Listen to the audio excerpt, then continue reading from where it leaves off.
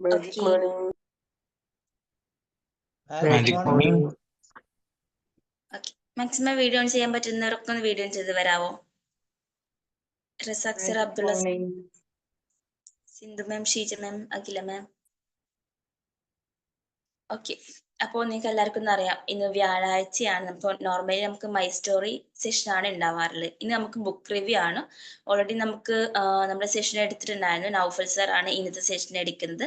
Already നമുക്ക് ഇതിന്റെ part 1 session already കഴിഞ്ഞിട്ടുണ്ട്. സാറിന്റെ ഇന്നത്തെ ബുക്ക് റിവ്യൂയുടെ ബുക്സിന്റെ നെയിം എന്ന് പറഞ്ഞ് who will cry when you dye എന്നാണ്. അതിന്റെ പാർട്ട് 2 സെഷനാണ് ഇന്നത്തെ ബുക്ക് റിവ്യൂന്റെ സെഷൻ വരുന്നത്. ഓക്കെ. ഇനി ഈ ഒരു സെഷൻ എടുക്കാൻ വേണ്ടി നൗഫൽ സാറിനെ ഇൻവൈറ്റ് ചെയ്യാണ്. Naufal sir, please welcome sir. Thank you, ma'am. Magic morning all. Who will cry when you die? Madam പറഞ്ഞതുപോലെ ഈ ബുക്കാണ് നമ്മൾ നിലവിൽ റിവ്യൂ ചെയ്തുകൊണ്ടിരിക്കുന്നത്. ഇതിലെ 5 അധ്യായങ്ങൾ നമ്മൾ കഴിഞ്ഞു. നിങ്ങളുടെ ഉൾവിളി കണ്ടെത്തുക, ഓരോ ദിനവും ഒരു അപരിചിതരോട് കരുണ കാണിക്കുക, നിങ്ങളുടെ കാഴ്ചപ്പാട് പരിപാലിക്കുക, ദൃഢമായ സ്നേഹം പരിശീലിക്കുക, ഒരു ജേണൽ സൂക്ഷിക്കുക. ഇത്രയാണ് നമ്മൾ കഴിഞ്ഞ അധ്യായത്തിൽ വായിച്ചത്. അപ്പോ തുടർന്ന് വായിക്കുന്നതിന് മുമ്പ് എന്നോടെന്ന പോലെ നിങ്ങളോടും ഓരോരുത്തരോടും ഒരു കാര്യം ഓർമ്മപ്പെടുത്താണ്. ഈ 101 അധ്യായങ്ങൾ നമ്മൾ ജീവിതത്തിൽ ഇതേ പടി പകർത്തുകയാണെങ്കിൽ 100% വിജയിക്കുമെന്ന് ഒരിക്കൽ കൂടി ഓർമ്മപ്പെടുത്തിക്കൊണ്ട് നേരെ അധ്യായത്തിലേക്ക് കിടക്കുകയാണ്. Thank you. 6ാമത്തെ അധ്യായം സത്യസന്ധതയുടെ തത്വശാസ്ത്രം വളർത്തിയെടുക്കുക എന്നാണ്. സത്യസന്ധതയുടെ തത്വശാസ്ത്രം വളർത്തിയെടുക്കുക. വാഗ്ദാന ലംഘനങ്ങളുടെ ഒരു ലോകത്താണ് നമ്മൾ ജീവിക്കുന്നത്. ആളുകൾ അവരുടെ വാക്കുകളെ നിസ്സാരമായി എടുക്കുന്ന ഒരു കാലത്താണ് നമ്മൾ ജീവിക്കുന്നത്. തീർച്ചയായും നമുക്ക് തീരെ സമയമുണ്ടാകില്ല എന്ന് നന്നായി അറിഞ്ഞുകൊണ്ട് തന്നെ നമ്മൾ ഒരു കൂട്ടുകാരിയോട് അടുത്ത ആഴ്ച അവളെ ഉച്ചയൂണിന് വിളിക്കാമെന്ന് പറയും. നമ്മൾ വളരെയധികം ഇഷ്ടപ്പെടുന്ന ഒരു പുസ്തകം അത് നമ്മൾ ആർക്കും കൊടുത്തുവിടില്ല എന്ന് നന്നായി തിരിച്ചറിഞ്ഞുകൊണ്ട് തന്നെ അത് കൊണ്ടുവരാമെന്ന് ഒരു സഹപ്രവർത്തകന് വാക്ക് കൊടുക്കും. അതുപോലെ തന്നെ ഈ വർഷം ആകെ ഒന്ന് നന്നാവും, ജീവിതം ലളിതമാകും, കൂടുതൽ സന്തോഷകരമായി ജീവിക്കും എന്നൊക്കെ ആ ലക്ഷ്യങ്ങൾ കൈവരിക്കുന്നതിന് ആവശ്യമായ ആഴത്തിലുള്ള മാറ്റങ്ങൾ ജീവിതശൈലിയിൽ വരുത്തുന്ന കാര്യത്തിൽ ആത്മാർത്ഥമായ ഒരു ഉദ്ദേശവും ഇല്ലാതെ നമ്മൾ നമ്മോട് തന്നെ വാഗ്ദാനം ചെയ്യും. വാസ്തവത്തിൽ നമ്മൾ ചെയ്യാൻ ഉദ്ദേശിച്ചിട്ടില്ലാത്ത കാര്യങ്ങൾ ഇങ്ങനെ വാഗ്ദാനം ചെയ്യുന്നത് ദീർഘനാൾ തുടരുന്നതിലൂടെ അത് നമ്മുടെ ഒരു ശീലമായി മാറും. നിങ്ങൾ തുടർച്ചയായി വാക്കു പാലിക്കാതിരിക്കുമ്പോൾ നിങ്ങളുടെ വിശ്വാസ്യത നഷ്ടമാകും എന്നതാണ് ഇതിന്റെ യാഥാർത്ഥ്യ പ്രശ്നം. ഇപ്പൊ എല്ലാവർക്കും മനസ്സിലാകുമെന്ന് തോന്നുന്നുണ്ട് അല്ലെ? ഈ ഖണ്ഡിക നമ്മൾ ചെയ്യാൻ പറ്റാത്ത കാര്യങ്ങൾ എന്താക്കുക, മറ്റുള്ള ആളുകൾക്ക് വാഗ്ദാനം കൊടുക്കാതിരിക്കുക. അതേപോലെ നമ്മൾ നമ്മോട് തന്നെ പറയും, ചിലപ്പോൾ ഈ ന്യൂ ഇയർ ഒക്കെ ആയാൽ ജനുവരി 1 മുതൽ ഇങ്ങനെയും മറ്റുള്ള കാര്യങ്ങളൊക്കെ ചെയ്യും എന്നുള്ളത്. നമ്മളത് പറയുന്നതോടുകൂടി നമ്മളത് ചെയ്യാതിരിക്കുമ്പോൾ നമുക്ക് നമ്മോട് തന്നെ റെസ്പെക്ട് കുറയും, വിശ്വാസം നഷ്ടപ്പെടുകയും ചെയ്യും എന്നുള്ളതാണ്. തുടർന്ന് വായിക്കാണ്. നിങ്ങളുടെ വിശ്വാസത നഷ്ടപ്പെടുമ്പോൾ നിങ്ങൾ വിശ്വാസത്തിന്റെ പ്രത്യാശയുടെ ഉടമ്പടികൾ തറക്കുകയാണ് ചെയ്യുന്നത്. അതാകട്ടെ അത്യന്തികമായി തകർന്ന ബന്ധങ്ങളുടെ ഒരു ശൃംഖലയിലേക്ക് നിങ്ങളെ നയിക്കുകയും ചെയ്യും. അപ്പോ ഇതിലുള്ള ആളുകൾക്കൊക്കെ അറിയാവുന്ന കാര്യമാണ്, കൂടുതൽ അതിനെക്കുറിച്ച് സംസാരിക്കുന്നില്ല. തുടർന്ന് വായിക്കാണ്. സത്യസന്ധതയുടെ ഒരു തത്വശാസ്ത്രം വളർത്തിയെടുക്കുന്നത്. ഒരാഴ്ച കാലത്തിനുള്ളിൽ നിങ്ങൾ എത്ര ചെറിയ നുണകൾ പറയുന്നുണ്ട് എന്ന് നിരീക്ഷിക്കാൻ തുടങ്ങുക. പിന്നീട് ഞാൻ സത്യവ്രതം എന്ന് വിളിക്കുന്ന ഒരു ദൃഢപ്രതിജ്ഞ എടുക്കുകയും അടുത്ത 7 ദിവസം മറ്റുള്ളവരുമായി എല്ലാ ഇടപാടുകളിലും നിങ്ങളോട് തന്നെയും നിങ്ങൾ പൂർണ്ണമായും സത്യസന്ധത പുലർത്തുകയും ചെയ്യുക എന്ന ശബ്ദം ചെയ്തുകൊണ്ട് മുന്നോട്ട് പോവുകയും ചെയ്യുക. ശരിയായ കാര്യം ചെയ്യുന്നതിന് പരാജയപ്പെടുന്ന ഓരോ തവണയും നിങ്ങൾ തെറ്റായ കാര്യം ചെയ്യുക എന്ന ശീലത്തിന് വളം വെച്ചു കൊടുക്കുകയാണ്. ഓരോ തവണയും നേര് പറയാതിരിക്കുമ്പോൾ നിങ്ങൾ നേരുകെട്ടവനായിരിക്കുക എന്ന ശീലത്തെ തീറ്റിപ്പോറ്റുകയാണ് ചെയ്യുന്നത്. ആരോടെങ്കിലും എന്തെങ്കിലും ചെയ്യുമെന്ന് വാക്കു കൊടുത്താൽ അത് ചെയ്യുക.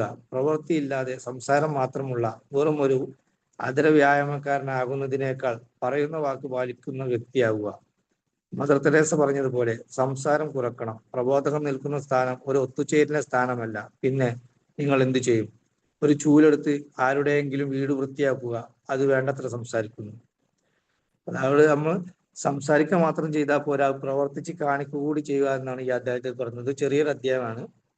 കേൾക്കുന്നുണ്ടോ മാഡം? കേൾക്കുന്നുണ്ടല്ലോ അല്ലെ? അപ്പോ അടുത്ത അധ്യായത്തിലേക്ക് കിടക്കുകയാണ്.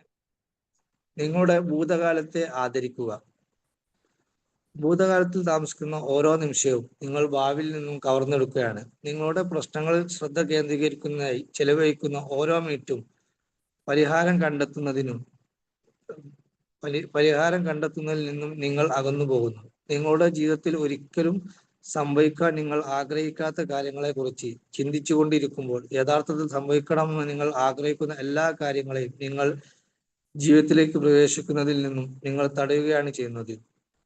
ദിവസം മുഴുവൻ നിങ്ങൾ എന്താണോ ചിന്തിക്കുന്നത് നിങ്ങൾ അതായിത്തീരുന്നു എന്നത് ഒരു സനാതന സത്യമാണെന്നിരിക്കെ നിങ്ങൾ രണ്ടാമതൊരിക്കൽ കൂടി അനുഭവിക്കാൻ ആഗ്രഹിക്കുന്നില്ല എങ്കിൽ ഭൂതകാല സംഭവങ്ങളെയും തെറ്റുകളെയും കുറിച്ച് വ്യാകുലപ്പെടുന്നതിൽ ഒരു യുക്തിയുമില്ല.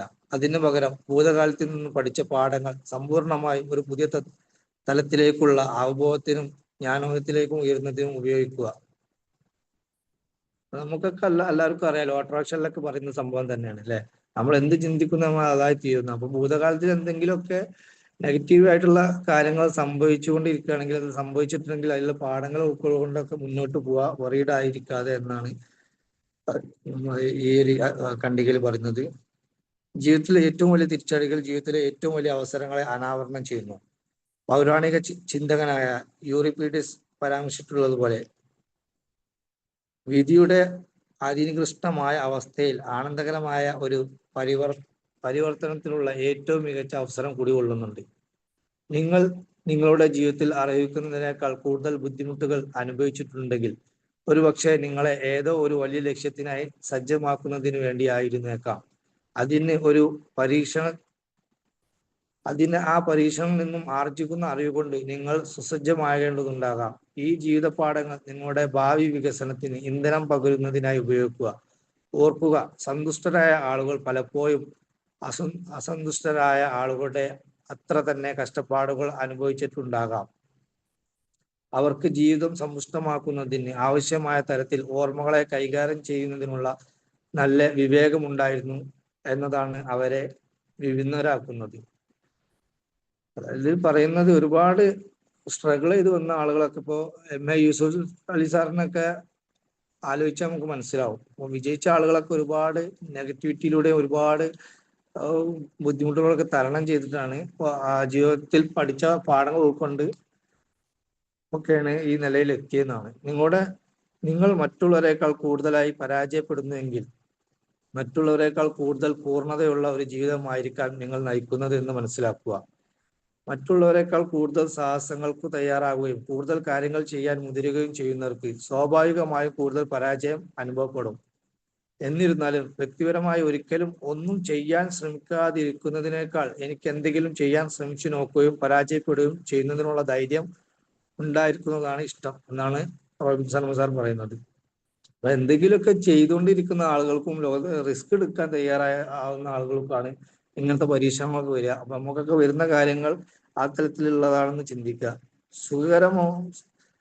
സുഖകരവും സുരക്ഷിതവും സാമാന്യമായ ഒരു ജീവിതം നയിക്കുക എന്നതിനേക്കാൾ ഞാൻ എൻ്റെ ശേഷിക്കുന്ന ദിവസങ്ങൾ മാനുഷികമായ എൻ്റെ അതിരുകൾ വലുതാക്കുന്നതിനും പ്രത്യാശത്തിൽ അസാധ്യമായി കാണുന്ന കാര്യങ്ങൾ സാധ്യമാക്കുന്നതിനും ശ്രമിക്കുന്നതിനായി ചെലവഴിക്കാൻ കൂടുതൽ ഇഷ്ടപ്പെടുന്നു.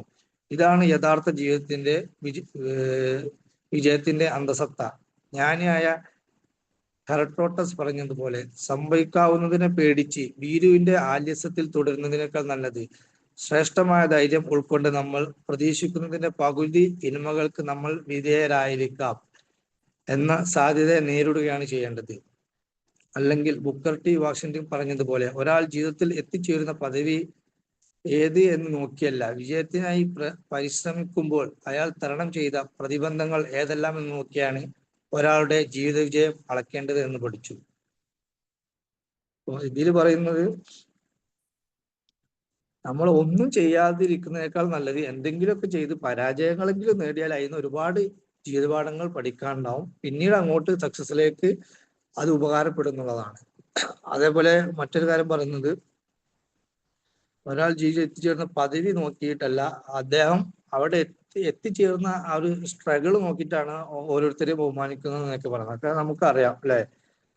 നമ്മളെ രാഷ്ട്രപതിയൊക്കെ ഉണ്ടായിരുന്നു, KR നാരായണൻ സാറൊക്കെ കേരളത്തിൽ നിന്നല്ലേ. അദ്ദേഹത്തിനൊക്കെ നമ്മൾ ആ ഒരു അദ്ദേഹത്തിന്റെ പേര് കൊണ്ടോ ഒന്നുമല്ല നമുക്ക് അദ്ദേഹത്തിന് ഇപ്പോഴും ബഹുമാനം കൊടുക്കുന്നത്. നമ്മളൊന്നും മാത്രമല്ല, മറ്റുള്ള സംസ്ഥാനത്തുള്ള ആളുകളൊക്കെ. കാരണം അദ്ദേഹം വളരെ ചെറിയൊരു ദളിത് കുടുംബത്തിൽ നിന്ന് വന്ന് എവിടെ വരെ എത്തി, ഏത് ജീവിത സാഹചര്യത്തിലാണ് അദ്ദേഹം വളർന്നത് എന്നൊക്കെ നമുക്കറിയാം. അതേപോലെ തന്നെ ഈ കഴിഞ്ഞ ദിവസം പത്രത്തിലൊക്കെ നമ്മൾ വായിച്ചു, IM വിജയൻ സാറൊക്കെ അല്ലെ ഇപ്പോ പത്മശ്രീ വരെ കൊടുത്ത് ആദരിച്ചു രാജ്യം. അദ്ദേഹമൊക്കെ പാട്ട പെറുക്കി നടന്നു എന്നൊക്കെയായിരുന്നു അദ്ദേഹം ഒരു ഇന്റർവ്യൂവിൽ പറഞ്ഞു കേട്ടിട്ടുണ്ട്. അപ്പൊ നമുക്ക് ഓർമ്മപ്പെടുത്താണ്. അതേപോലെ അടുത്ത അധ്യായത്തിലേക്ക് കടക്കാണ്. നിങ്ങളുടെ ദിവസം നന്നായി തുടങ്ങുക. ഇത് കൂടുതൽ എക്സ്പ്ലെയിൻ ചെയ്യാത്ത എന്താ അറിയോ, കൂടുതൽ ആളുകൾ ഈ ബുക്ക് വായിച്ചിട്ടുണ്ടാവും. പിന്നെ എന്നെക്കാളിലൊക്കെ മുതിർന്ന ആളുകളാണുള്ളത്, കുട്ടികളൊന്നും അല്ലല്ലോ. അപ്പൊ അതുകൊണ്ടാണ് ഷോർട്ടാക്കി പറയുന്നത്. നിങ്ങളുടെ ദിവസം നന്നായി തുടങ്ങുക. നിങ്ങൾ ഒരു ദിവസം ആരംഭിക്കുന്നത് എങ്ങനെ എന്നത് ആ ദിവസം നിങ്ങൾ എങ്ങനെ ജയിക്കും എന്ന് നിശ്ചയിക്കുന്നു. ഒരു ദിവസത്തിലെ ആദ്യത്തെ 30 മിനിറ്റ് ആ ദിവസത്തിലെ ഏറ്റവും വിലയേറിയ നിമിഷങ്ങളാണ് എന്നതിനാലും തുടർന്ന് വരുന്ന ഓരോ നിമിഷത്തിന്റെയും ഗുണനിലവാരത്തിന്മേലും അതിന് അത്യാഘാതമായ സ്വാധീനം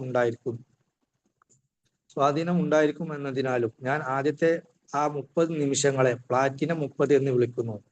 സമയത്തിന് നിങ്ങൾ ഏറ്റവും ശുദ്ധമായ വിചാരങ്ങൾ മാത്രം പുലർത്തുകയും ഏറ്റവും മികച്ച പ്രവർത്തികൾ മാത്രം ഏർപ്പെടുകയും ചെയ്യുമെന്ന് ഉറപ്പിക്കുവാനുള്ള വിവേകവും ആത്മവിശ്വാസവും നിങ്ങൾക്കുണ്ടെങ്കിൽ നിങ്ങളുടെ ദിവസങ്ങൾ സുസ്ഥിരമായി തന്നെ ഏറ്റവും അതിശയകരമായ രീതിയിൽ ചുരുളയിക്കപ്പെടുന്നത് നിങ്ങൾ ശ്രദ്ധിക്കുക തന്നെ ചെയ്യാം. പ്ലാറ്റിനം 30, അതായത് ചിലവര് ഗോൾഡൻ അവർ എന്നൊക്കെ പറയും, മിറാക്കിൾ മോർണിംഗ്. ആ സമയത്തൊക്കെ നമ്മൾ എണീക്കുന്നുണ്ട്. അതേപോലെ നമ്മൾ ഈ ഒരു കമ്മ്യൂണിറ്റിയിലുള്ള ആളുകളൊക്കെ ഒരുവിധം നല്ല കാര്യങ്ങൾക്ക് വേണ്ടി തന്നെ ഉപയോഗപ്പെടുത്തുന്നതെന്ന് മനസ്സിലാക്കാം. അടുത്ത നാളിൽ ഞാൻ കണ്ട എൻ്റെ 2 ചെറിയ കുട്ടികളോട് ത്രസിപ്പിക്കുന്ന ഐക്മാക്സ് സിനിമ എവറസ്റ്റ് കാണിക്കാൻ കൊണ്ടുപോയി. ശ്വാസം നിലപ്പിക്കും വിധം അത്ഭുതമായ ദൃശ്യവിന്യാസങ്ങളും അതിശക്തമായ സാഹസിക രംഗങ്ങളും മാറ്റി നിർത്തിയാൽ എൻ്റെ ഉള്ളിൽ തങ്ങി നിന്ന മറ്റൊരു കാര്യമുണ്ട്. കൊടുമുടികൾ കീഴടക്കുന്നതിന് പർവ്വതാരോഹകർ താഴെ ഒരു നല്ല താവളം അത്യന്താപേക്ഷിതമായിരുന്നു. കൊടുമുടിയുടെ താഴെ അവർക്ക് വിശ്രമിക്കുന്നതിനും നവോന്മേഷം കൈവരിക്കുന്നതിനും ആവശ്യം വേണ്ട സാമഗ്രികൾ നിറയ്ക്കുന്നതിനും ഒരു സങ്കേതമില്ലാതെ മുകളെത്തുക അവർക്ക് അസാധ്യമായിരുന്നു.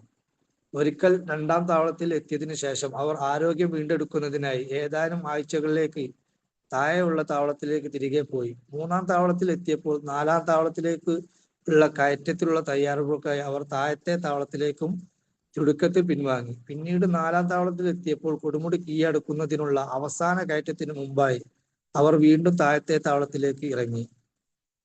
അതുപോലെ തന്നെ അവരവരുടെ സ്വകാര്യ കൊടുമുടികളിലേക്ക് എത്തുന്നതിനും സ്വന്തം ദൈനംദിന ജീവിതത്തിലെ വെല്ലുവിളികളിലേക്ക് കീഴടക്കുന്നതിനും നമ്മൾ ഓരോരുത്തരും പ്ലാറ്റിനം 30കളുടെ നേരത്തെ നമ്മുടെ അടിവാര താവളങ്ങളിൽ പുനർസന്ദർശനം നടത്തിയതുണ്ട് എന്ന് ഞാൻ കരുതുന്നു. നമ്മൾ നമ്മുടെ ജീവിത ദൗത്യവുമായി പുനർബന്ധം സ്ഥാപിക്കാൻ, സ്വയം നവീകരിക്കാൻ, ഏറ്റവും പ്രധാനപ്പെട്ട കാര്യങ്ങൾക്ക് വീണ്ടും ശ്രദ്ധ കേന്ദ്രീകരിക്കാൻ കഴിയുന്ന ഒരു സ്ഥലത്തേക്ക് പോകേണ്ട ആവശ്യമുണ്ട്. എൻ്റെ സ്വന്തം ജീവിതത്തിൽ ഞാൻ വളരെ ഫലപ്രദമായ ഒരു പ്രഭാതാനുഷ്ഠാനം വികസിപ്പിച്ചെടുത്തിട്ടുണ്ട്. അത് പതിവായി എൻ്റെ ദിവസാരംഭങ്ങൾ ആനന്ദകരവും ശാന്തിപൂർവമാക്കി തീർക്കുന്നു. ഉറക്കമുണർന്നതിന് ശേഷം ഞാൻ എൻ്റെ സ്വകാര്യ സങ്കേതത്തിലേക്ക് പോകുന്നു. തടസ്സങ്ങളും ശല്യങ്ങളും ഇല്ലാതെ എനിക്ക് എൻ്റെ സ്വയം നവീകരണ പ്രവർത്തികൾ നിർവഹിക്കുന്നതിനായി ഞാൻ സൃഷ്ടിച്ചിട്ടുള്ള ഒരു ചെറിയ സ്ഥലമാണത്. അവിടെ ഞാൻ ഏതാണ്ട് 15 മിനിറ്റ് നേരം നിശബ്ദ മനനത്തിൽ ചെലവഴിക്കുന്നു. എൻ്റെ ജീവിതത്തിലെ എല്ലാ നല്ല കാര്യങ്ങളിലും ശ്രദ്ധ എനിക്ക് മുന്നിൽ വെളിപ്പെടുത്തുന്നതായിരിക്കുന്ന ഞാൻ പ്രതീക്ഷിക്കുന്ന ആ ഒരു ദിവസത്തെ വിഭാവനം ചെയ്യുന്നു. അപ്പോ ഇതിൽ പറഞ്ഞത് എല്ലാവർക്കും മനസ്സിലായിട്ടുണ്ട്. ഇതിലൊരു സന്തോഷം കൂടി ഉണ്ട്, നമ്മളെല്ലാവരും അത് ചെയ്യുന്നു. അതായത് അദ്ദേഹം ഒരു കാർട്ടൂൺ മക്കളെ കൂട്ടി കാണാൻ പോയപ്പോൾ അതിൽ കണ്ടതെന്ന് പറഞ്ഞാൽ ഒരു കൊടുമുടി കീഴടക്കുന്നതാണ്. അപ്പൊ കൊടുമുടി കീഴടക്കുന്നതിന് മുമ്പായിട്ട് വിശ്രമിക്കുന്ന പറഞ്ഞത് അതിലുള്ള ആക്ടേഴ്സ് റിലാക്സ് കിട്ടാൻ വേണ്ടി. ഇപ്പോ നമ്മളെ ഇതിന്ന് മനസ്സിലായി, നമ്മൾ ഒരുപാട് സ്ട്രഗിൾ, ഒരുപാട് ടെൻഷന്, ഒരുപാട് ചിന്തകളൊക്കെ കടന്നു പോവുകയാണല്ലോ. അപ്പൊ നമ്മളും ഇത് ചെയ്യുന്നുണ്ട്. അപ്പോൾ ഇതിൽ പറയുന്നത് മെഡിറ്റേഷനെ കുറിച്ചിട്ടാണ്. നമ്മളെ അടിവാരത്തിലേക്ക് പോവുക എന്ന് പറഞ്ഞത് ഒരു ദിവസത്തെ ഒരുപാട് കാര്യങ്ങൾ അയവിറക്കാൻ, എന്നാലേ നമുക്ക് കൂടുതൽ മുന്നോട്ട് പോകാൻ കഴിയുന്നുള്ളൂ. എവറസ്റ്റ് കൂടുതൽ മുന്നോട്ട് പോകാൻ വേണ്ടി അവർ ചെയ്തത് അതേപോലെ നമ്മളും ചെയ്യുക എന്നുള്ളതാണ്. പക്ഷെ വളരെ സന്തോഷമുള്ള കാര്യം, നമ്മളെല്ലാവരും ചെയ്യുന്ന ഒരു കാര്യമാണെന്നാണ്. ഈ പുസ്തകത്തിലുടനീളം നമ്മൾ ചെയ്യുന്ന കാര്യത്തെക്കുറിച്ചും അതേപോലെ നമ്മൾ ചെയ്യാൻ ആഗ്രഹിക്കുന്ന കാര്യത്തെക്കുറിച്ചും ചെയ്യാൻ ആഗ്രഹിച്ചിട്ട് ചെയ്യാൻ പറ്റാത്ത കാര്യത്തെ കുറിച്ചിട്ടാണ് കൂടുതൽ ഇതിൽ പറയുന്നത്. അത് വായിക്കുമ്പോൾ ഒരു സന്തോഷമുണ്ട്, നമ്മളത് ചെയ്യുന്ന ആളുകളാണെന്നുള്ളത്. അടുത്തതായി ഞാൻ നമ്മൾ ഇപ്പോൾ ജീവിച്ചിരിക്കുന്ന തിരുക്ക് പിടിച്ച ഇക്കാലത്ത് വളരെ എളുപ്പത്തിൽ മറന്നു പോകുന്ന വിജയകരമായ ജീവിതത്തിന്റെ സംബന്ധിച്ച് കാലഹരണപ്പെടാത്ത സത്യങ്ങൾ കൊണ്ട് സമ്പന്നമായ ജ്ഞാന സാഹിത്യത്തിൽ നിന്നും ഒരു പുസ്തകം എടുക്കുന്നു. ഉദാഹരണത്തിന് റോമൻ തത്വചിന്തകനായ മാർക്കസ് ഓറിയലിയസിന്റെ മെഡിറ്റേഷൻസ്, ബെഞ്ചമിൻ ഫ്രാങ്ക്ലിന്റെ ആത്മകഥ, ഹെൻറി ഡേവിഡ് തോറോയുടെ വാൾഡൻ എന്നിവ. ഈ സൃഷ്ടികളുടെ വാസ്തവത്തിൽ പരിഗണിക്കേണ്ടതായ കാര്യങ്ങളിലുള്ള പാഠങ്ങൾ എന്നും കേന്ദ്രീകരിക്കുകയും ശരിയായ ചുവടുകളോടെ ദിവസം ആരംഭിക്കാൻ എന്നെ സഹായിക്കുകയും ചെയ്യുന്നു. അമൂല്യമായ ഈ പുലർക്കാല വേളയിൽ ഞാൻ വായിച്ച ആ ജ്ഞാനം എൻ്റെ ദിവസത്തിന്റെ ശേഷിക്കുന്ന നിമിഷങ്ങളെ പ്രചോദിപ്പിക്കുകയും ബോധദീപ്തമാക്കുകയും ചെയ്യുന്നു. അതിനാൽ നിങ്ങളുടെ ദിവസങ്ങൾ നന്നായി ആരംഭിക്കുക. നിങ്ങൾ ഒരിക്കലും പഴയതുപോലെ ആവില്ല എന്ന് പറഞ്ഞുകൊണ്ട് ഈ അധ്യായം ഇവിടെ അവസാനിക്കുകയാണ്. ഇതിൽ പറയുന്ന രണ്ട് കാര്യങ്ങൾ രണ്ടും നമ്മൾ ചെയ്യുന്നതാണ്. ഒന്ന് മെഡിറ്റേഷൻ, രണ്ട് ബുക്ക് വായിക്കുക. നമ്മളിപ്പോൾ ചെയ്തുകൊണ്ടിരിക്കുന്നത് അല്ലെ കേട്ടുകൊണ്ടിരിക്കുന്ന ഒരു കാര്യം. അപ്പൊ അദ്ദേഹം ഈ അധ്യായത്തിൽ വിജയിക്കാൻ വേണ്ടി പറയുന്ന കാര്യങ്ങൾ, രണ്ട് കാര്യങ്ങൾ നമ്മൾ ചെയ്തുകൊണ്ടിരിക്കുന്നതാണെന്ന് അറിഞ്ഞ സന്തോഷം. അടുത്ത അധ്യായം, സുന്ദരമായി നോ പറയാൻ പഠിക്കുക. നിങ്ങളുടെ ജീവിതത്തിന്റെ മുൻഗണനകൾ അവ്യക്തമായിരിക്കുന്ന സമയത്ത് ഏതൊരു അഭ്യർത്ഥിയോടും യെസ് പറയാൻ എളുപ്പമായിരിക്കും. നിങ്ങളുടെ ദിവസങ്ങൾ ഭാവിക്ക് വേണ്ടിയുള്ള സമ്പന്നവും പ്രചോദനവുമായ കാഴ്ചപ്പാടുകളാലും കൂടുതൽ ലക്ഷ്യബോധത്തോടെ പ്രവർത്തിക്കാൻ സഹായിക്കുന്ന അത്യാന്തിക ഫലത്തെക്കുറിച്ചുള്ള ഒരു വ്യക്തമായ ചിത്രത്താലും നയിക്കപ്പെടാതിരിക്കുമ്പോൾ നിങ്ങൾക്ക് ചുറ്റുമുള്ള ആളുകൾക്ക് അവരുടെ കാര്യപരിപാടികൾ അനുസരിച്ച് നിങ്ങളുടെ പ്രവർത്തികളെ നിയന്ത്രിക്കുക ബുദ്ധിമുട്ടായിരിക്കില്ല. Leadership wisdom, the monk of sold his ഫെറാറിയിൽ ഞാൻ എഴുതിയതുപോലെ, നിങ്ങളുടെ മുൻഗണനകൾ നിങ്ങളുടെ ജീവിതാസൂത്രണത്തിൽ ഉൾപ്പെടുത്തപ്പെട്ടിട്ടില്ലെങ്കിൽ മറ്റുള്ളവരുടെ മുൻഗണനകൾ നിങ്ങളുടെ ജീവിതാസൂത്രണത്തിൽ ഇടം പിടിക്കും. നിങ്ങളുടെ ജീവിതത്തിന്റെ പരമമായ ലക്ഷ്യത്തെക്കുറിച്ച് വ്യക്തത ഉണ്ടായിരിക്കുകയും സുന്ദരമായി നോ എന്ന് പറയാൻ പഠിക്കുകയും ചെയ്യുക എന്നതാണ് ഇതിനുള്ള പരിഹാരം. ഇതിൽ പറയുന്ന ഒരു കാര്യം എന്ന് പറഞ്ഞാല് എല്ലാവർക്കും അറിയാം, നമ്മൾ എല്ലാ കാര്യങ്ങളിലും ചാടിക്കേറി യെസ് പറയാതെ നമുക്ക് പറ്റാത്ത കാര്യങ്ങൾക്ക് നോ പറയാൻ പഠിക്കുക എന്നുള്ളതാണ്. അല്ലെങ്കിൽ മറ്റുള്ള ആളുകളുടെ കാര്യത്തിന് വേണ്ടി ജീവിക്കാൻ പോയിട്ട് നമ്മളെ ജീവിതം നമ്മൾ മറന്നുപോകും. ചൈനക്കാരനായ ജ്ഞാനി ചുവാസു മഹാരാജാവിന് വേണ്ടി വാളുകൾ പണിതു തരുന്ന ഒരാളുടെ കഥ പറഞ്ഞിട്ടുണ്ട്. 90-ാമത്തെ വയസ്സിലും അയാളുടെ പണിത്തരം അസാധാരണമായ സൂക്ഷ്മതയും പാഠവും ഉള്ളതായിരുന്നു. എത്ര തിരക്കിലായിരുന്നാൽ പോലും അയാൾ ഒരിക്കലും ഒരു ചെറിയ പിശക് പോലും വരുത്തിയിട്ടില്ല. ഒരു ദിവസം മഹാരാജാവ് ആ വൃദ്ധനോട് ചോദിച്ചു, ഇതൊരു സ്വാഭാവിക പ്രതിഭയാണോ, അതോ നിങ്ങളുടെ ഈ പ്രശംസനീയമായ ഫലം ഉണ്ടാക്കുന്നതിനായി നിങ്ങൾ പ്രത്യേക സൂത്രവാക്യം എന്തെങ്കിലും ഉപയോഗപ്പെടുത്തുന്നുണ്ടോ?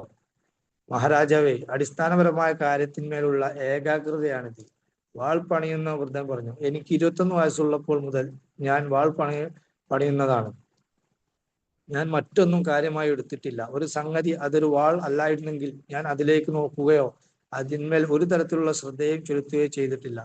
വാളുകൾ പണിയുക എന്നത് എൻ്റെ അഭിനിവേശവും ലക്ഷ്യവുമായി മാറി.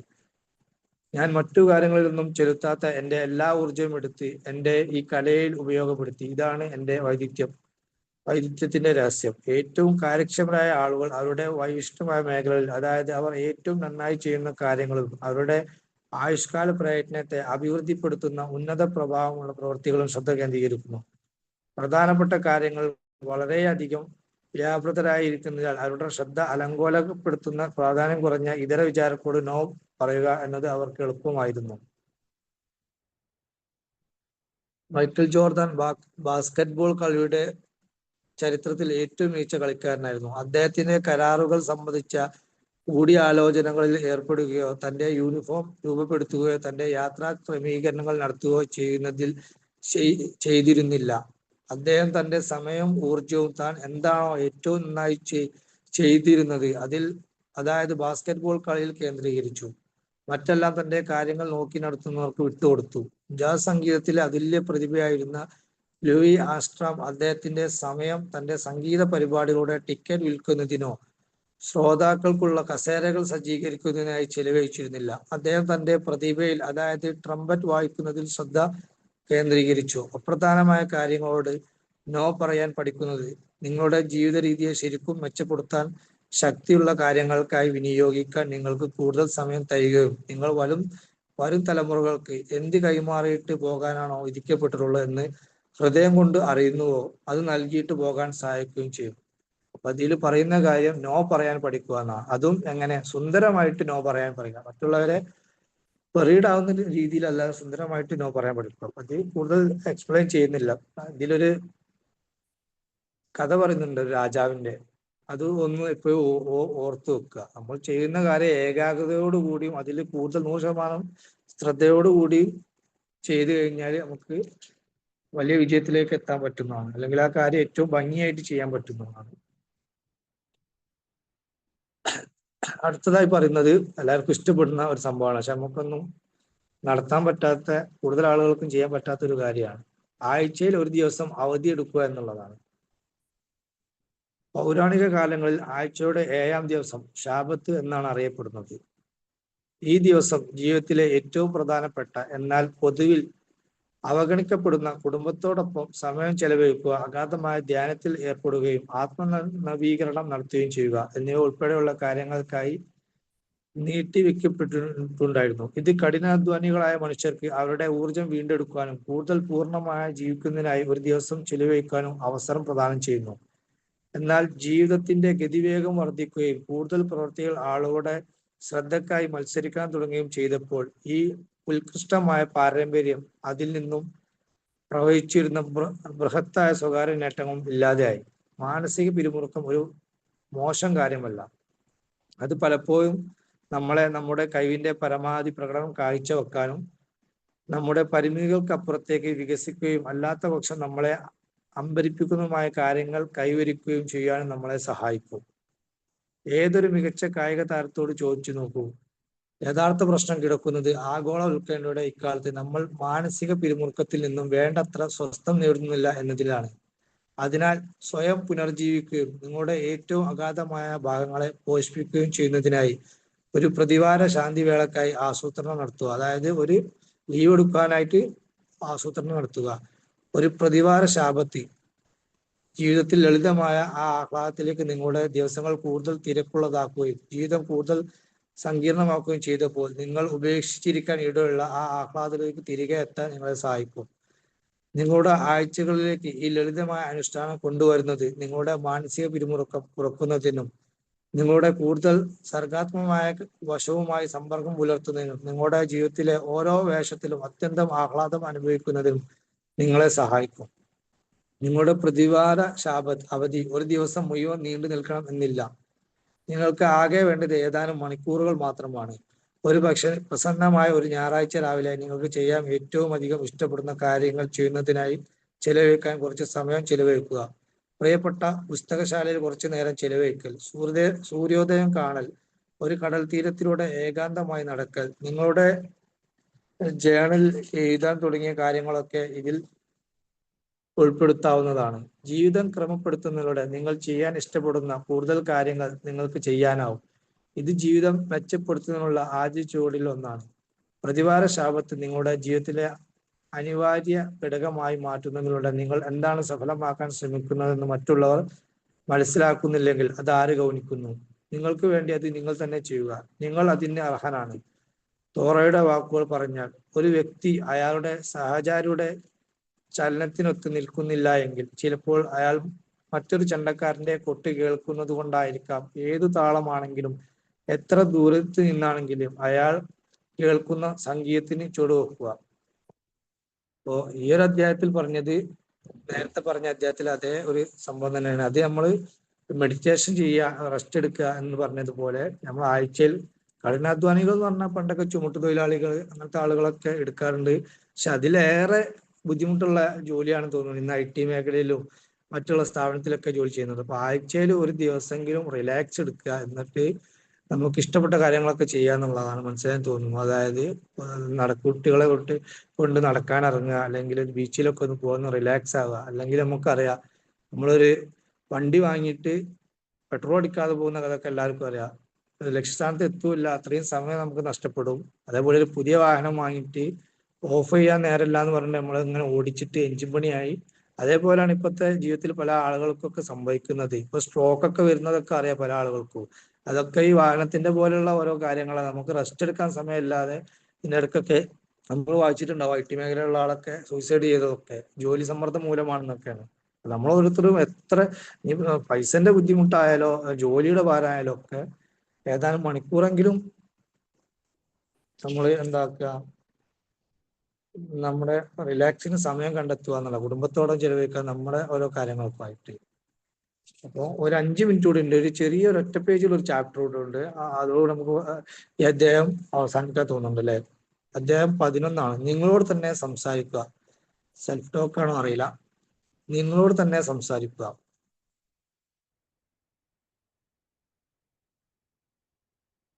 സാറേ ഓടിപ്പോകുന്നോണ്ട് മനസ്സിലാവുന്നുണ്ടായിരിക്കൂലേ.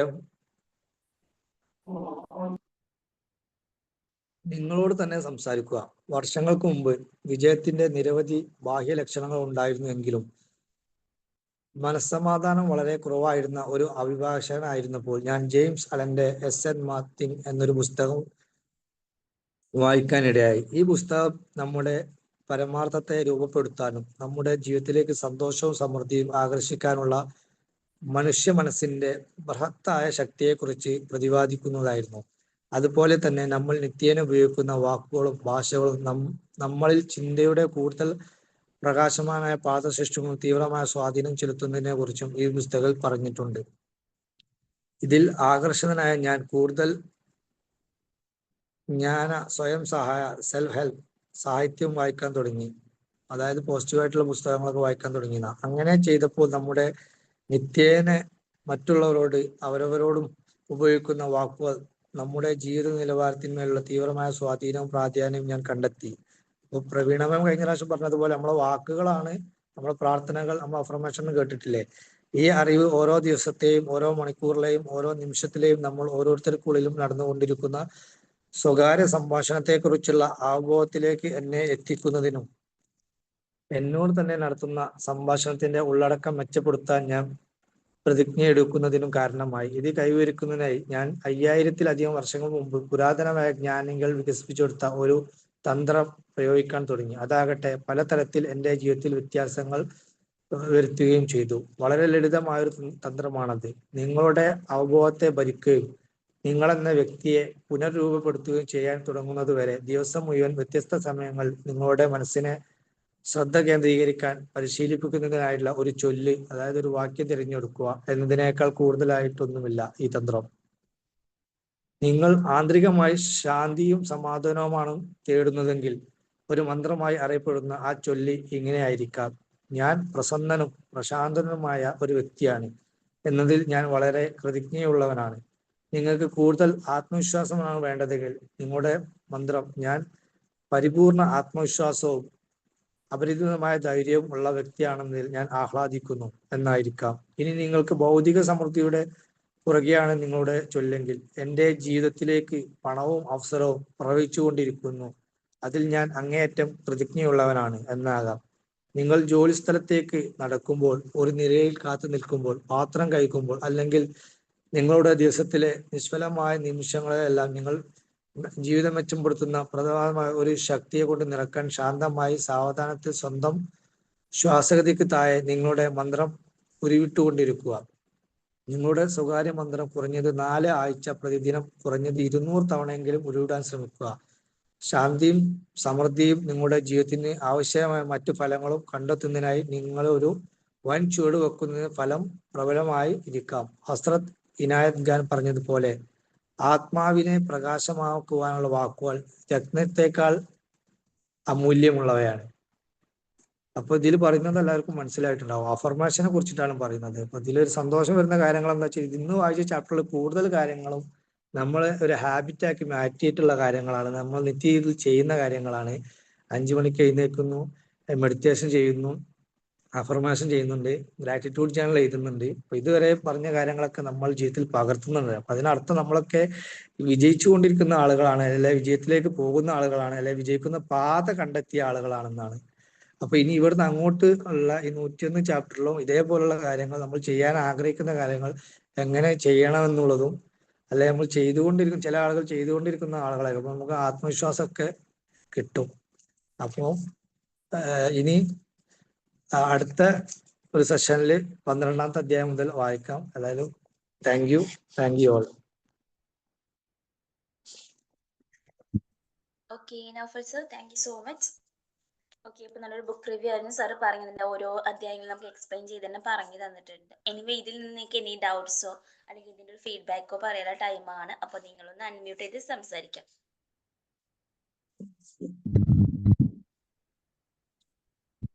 ഓക്കെ, ആരാ ഫസ്റ്റ് പറയുന്നേ? Magic morning okay sir. Book review പൊതുവെ ബോറ് ആകും ചില സമയങ്ങളിൽ. പക്ഷെ നൗഫൽ സാറിന്റെ ബുക്ക് റിവ്യൂ ബോറാകണില്ല.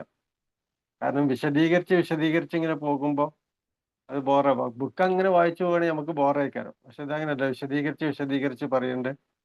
നമുക്ക് കേൾക്കാനും അതുപോലെ തന്നെ വളരെ പ്രധാനപ്പെട്ട പോയിന്റുകൾ ഇന്ന് പറഞ്ഞത് അല്ലേ.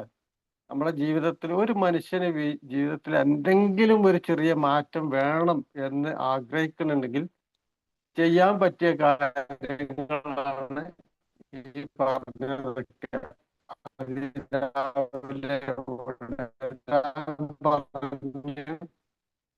അതുപോലെ തന്നെ മെഡിറ്റേഷൻ ചെയ്യാൻ പുസ്തകങ്ങൾ വായിക്കാൻ പറയുന്നുണ്ട്, അഫർമേഷൻ നൽകാൻ പറയുന്നുണ്ട്, ഗ്രാറ്റിറ്റ്യൂഡ് ചെയ്യുന്നതാണ്. എന്നിരുന്നാലും അത് ഒരിക്കലും ഒരു ദിവസം ലീവ് എടുത്ത് ശാരീരികമായ അധ്വാനമായിരുന്നു ഉള്ളത്.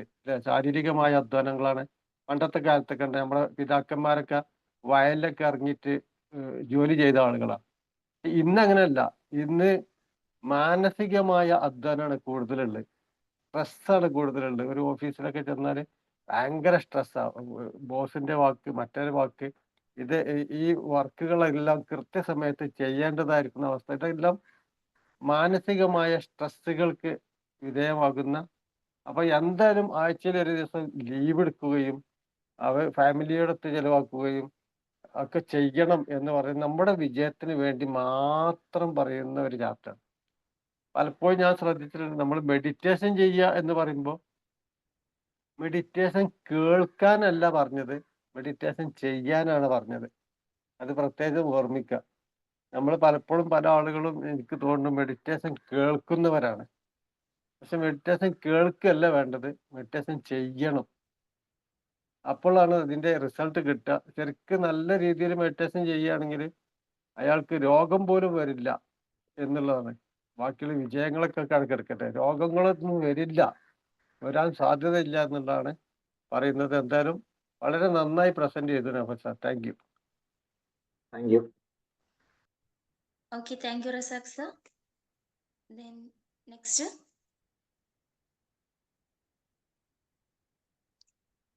സംസാരിക്കുന്നത് പെട്ടെന്ന് അൺമ്യൂട്ട് ചെയ്ത് സംസാരിക്കാം കേട്ടോ. മുന്നോട്ട് വന്ന് സംസാരിച്ചോളൂ. ആരെ പേടിച്ചിരിക്കുന്നുണ്ട്? ക്യാമറ ഒക്കെ ഓഫ് ആക്കിയിട്ട്. ഇവിടെ എന്താ ഭീകരജീവികളുണ്ടോ? ക്യാമറ ഒക്കെ ഓൺ ആക്കിയിട്ട് വന്നോളൂ, പ്രസംഗിച്ചോളൂ, പറഞ്ഞോളൂ. സാർ പറഞ്ഞോളൂ.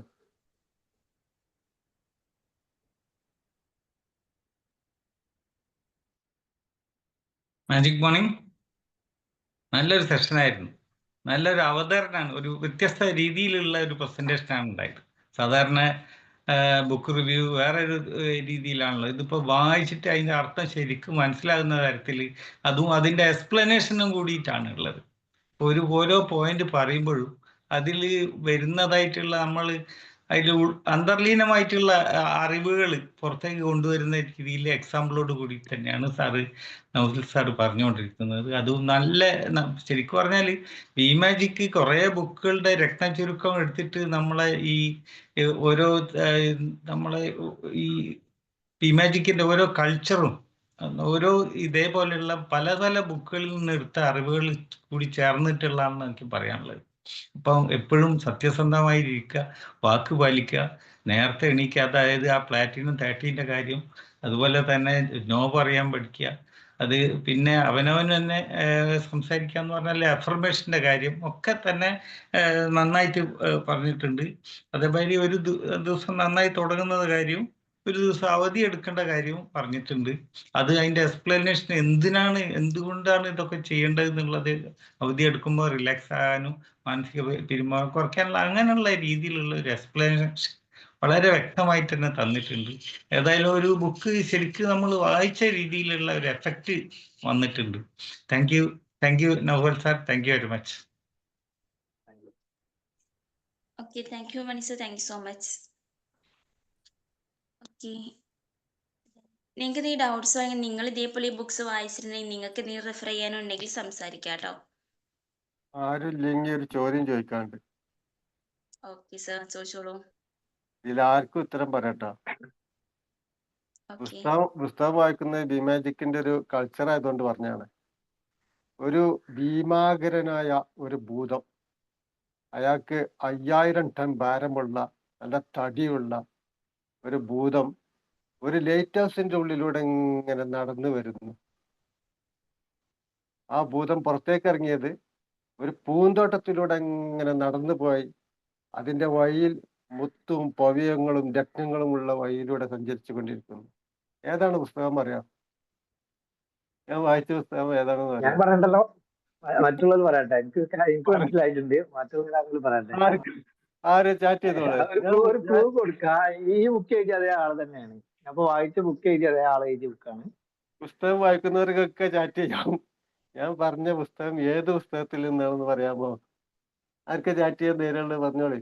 ഈ മാജിക്കിന്റെ കൾച്ചറാണ് പുസ്തകം വായിക്കല്. ഒന്ന് നോക്കാൻ നമുക്ക് ആരാ വായിക്കണ്ട്. ഒരാളില്ല. ഒരു കാറൊക്കെ ഉണ്ടായില്ലേ?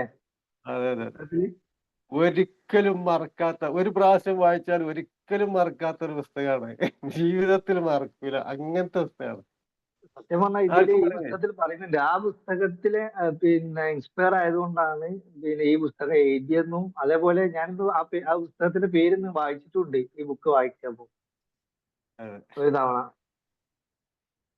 ആർക്കെങ്കിലും ചാറ്റ് ചെയ്യാൻ കഴിയോ? എന്താ എല്ലാരും ഉറങ്ങുകയാണോ? റോസലമ്മയും ദീപ, യേശുദാസ്, ഷീജ, ബീന മാം, ആർക്കില്ല? എന്തെങ്കിലും വായിച്ചിരിക്കേണ്ട ഒരു പുസ്തകമാണ് പ്രൊഫസർ പറഞ്ഞ പോലെ. ചാറ്റ് ചെയ്തോളൂ. ഉണ്ണികൃഷ്ണൻ സാറേ, വായിച്ചിട്ടുണ്ടോ ഈ പുസ്തകം? കേട്ടിട്ടുണ്ടോ? Thank you Naufal sir.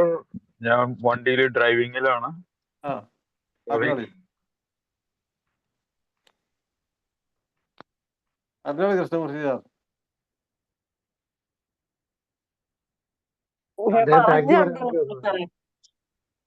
എങ്ങനെ ബുക്കിന്റെ പേര് നിങ്ങൾ തന്നെ പറയും, മേടിക്കാലോ. The Monk of Sold His Ferrari. ഏതാണ്? The Monk of Sold His Ferrari. അതായത് ഫെറാറിക്കാർ വിറ്റ് സന്യാസത്തിലേക്ക് പോയ ഒരാളെ കഥയാണ്. അതൊന്ന് ടൈപ്പ് ചെയ്തിട്ടുവോ? അതെ, ടൈപ്പ് ചെയ്തിട്ടാ. നല്ല പുസ്തകമാണ്. ഇപ്പൊ വായിക്കുന്ന പുസ്തകം നൗഫല് പറഞ്ഞ ബുക്ക് തെരഞ്ഞോണ്ടിരിക്കുക. നൗഫല് എന്നോട് ഒരു ബുക്ക് പറഞ്ഞല്ലോ, ആൽക്കെമിസ്റ്റ്. അത് തെരഞ്ഞോണ്ടിരിക്കുക, കിട്ടിയിട്ടില്ല. ഇതില് മണിക്കാർ പറഞ്ഞ ഒരു കാര്യം ഉണ്ട് കേട്ടോ.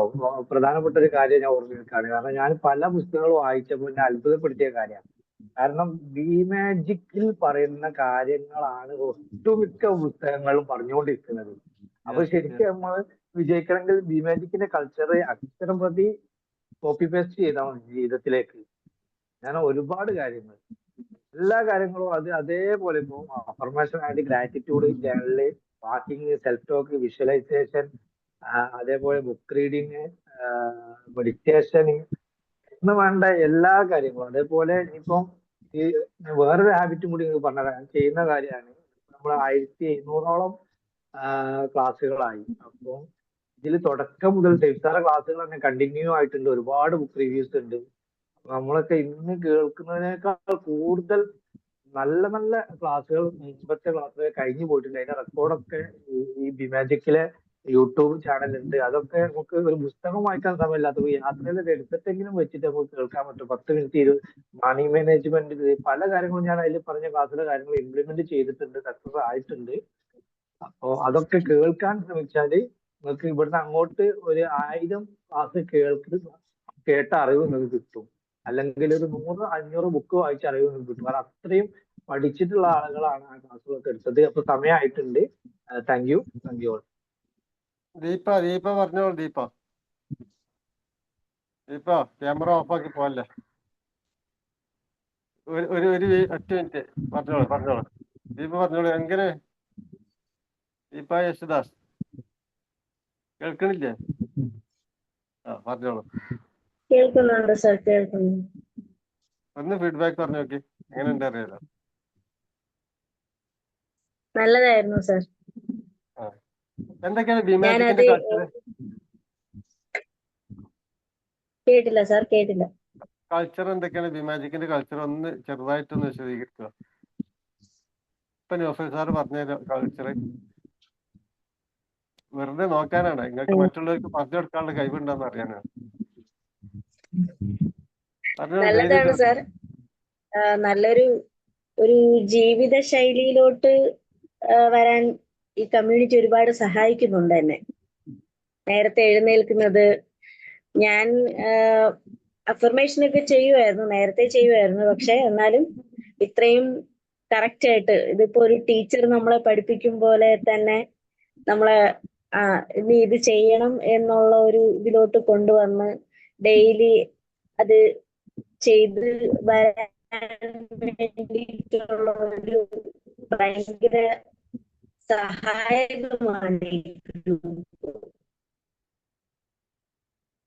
അതേപോലെ പോസിറ്റീവ് മാത്രമല്ല കേട്ടോ, ഇതിൽ എന്തെങ്കിലും നെഗറ്റീവ് ഉണ്ടെങ്കിലും പറയാം കേട്ടോ. നമ്മൾ വായിക്കുന്നതിലൊക്കെ എന്തെങ്കിലും ഉണ്ടെങ്കിലേ നമുക്ക് തിരുത്താൻ പറ്റും, അതുകൊണ്ട് പറഞ്ഞതാണ്. ഇല്ല, എനിക്കിതില് നെഗറ്റീവായിട്ടൊന്നും തോന്നിയിട്ടില്ല. എനിക്ക് ഫുള്ള് പോസിറ്റീവാണ് തോന്നിയതല്ല. എല്ലാവരും ലേക്ക് കൊടുത്താണ്. ദീപക് ഒരു ലേക്ക് കൊടുത്താണ്. ഞാൻ പറഞ്ഞ ഫീഡ്ബാക്ക് പറഞ്ഞു വെക്കുന്ന ചാറ്റ് ബോക്സിൽ ലേക്ക് കൊടുത്താണ്. Thank you Deepa. ലേക്ക് തന്നെ അവർക്ക് ഇങ്ങനെ എല്ലാവരും മുന്നോട്ട് വന്ന് പറയണം. നമ്മൾ വിജയിക്കാൻ വേണ്ടിയിട്ടാണ് വന്നത്. എല്ലാവരും താങ്ക് യു എല്ലാവർക്കും നന്ദി. ഗോപിക വൈൻഡപ്പ് ചെയ്തോളൂ. 6:13 okay, thank you so much to all Naufal sir. Thank you so much. അപ്പോൾ എനിവേ നല്ലൊരു സെഷൻ ആയിരുന്നു. അപ്പോൾ ഇതുപോലെ ഒരുപാട് ബുക്സിന്റെ റിവ്യൂസും കാര്യങ്ങളായിട്ട് നൗഫൽ സർ ഇനി വരുമെന്ന് പ്രതീക്ഷിക്കുന്നുണ്ട്. Okay, anyway thank you so much to all. നമുക്ക് ലീവ് ചെയ്യാം. Thank you Naufal sir. Thank you all. Thank you Naufal sir. Thank you sir.